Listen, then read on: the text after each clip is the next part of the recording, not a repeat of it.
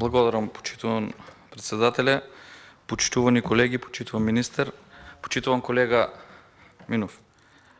Во однос на предложеното законско решение сите се осогласивме дека да, административно до уредување во овој дел, како што потенцираше и министерот, во однос на пренесување на податоците во насока на поедноставување на постапките за остварување на правата на земјоделците, сето тоа е во ред и ги поддржуваме овие измени во делот каде што ќе им се поедностави постапката и секако пристапот на самите граѓани при аплицирање и остварување на своите права согласно позитивните законски прописи. Меѓутоа, во вашето излагање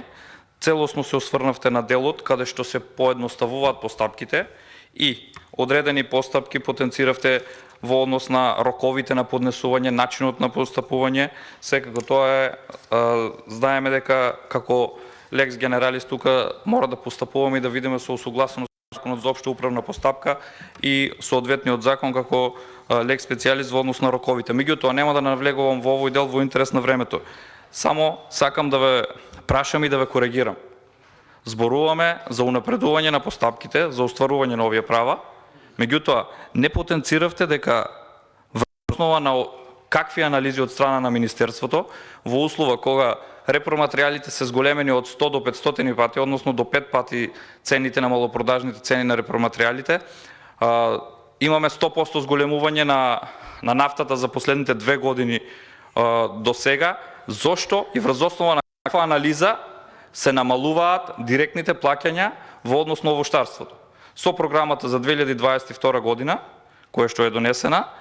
директно се постапува, односно се намалуваат висината на директните плаќања, а сакаме да ги унапредиме овие права на граѓаните да можат да имат по-добар пристап за да имаме напредок во самиот сектор кој што го застапуваме.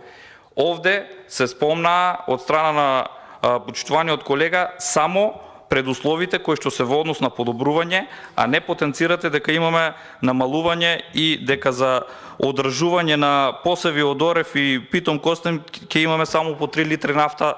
во вредност на 3 литри нафта по декар субвенционирање. Не потенцирате дека за секое засеяна површина во однос на јаболко ќе имаме по 1200 денари помалку по 1 декар.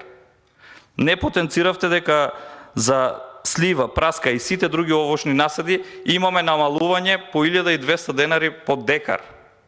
Во услови кога енормно се зголемени репроматеријалите, во услови кога имаме повеќекратно зголемување на цените на репроматеријалите и на горивата, односно импутот, трошоците на самите производители повеќекратно е зголемен, а не можам да разберам по која анализа се извршени овие усогласувања. Во однос на 2021 година имаме намалување на директните плаќања, односно субвенционирањето на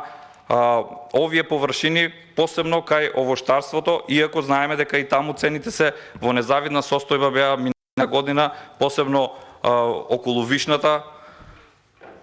драстично намалени цени на откупна цена, работната рака поскапена, а сега имаме драстично намалување на цените. Меѓутоа, дали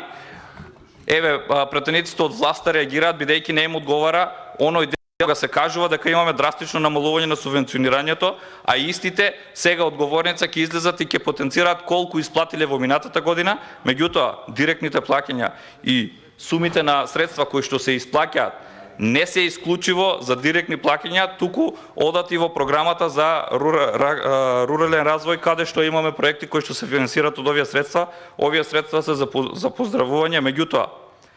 од овде ве прашав како пратеник кој што го застапувавте ова, зошто и врз основа на каква анализа е дојдено до податок да во просек за 30% се намалуваат субвенциите за одржување на овошни насади. Благодарам.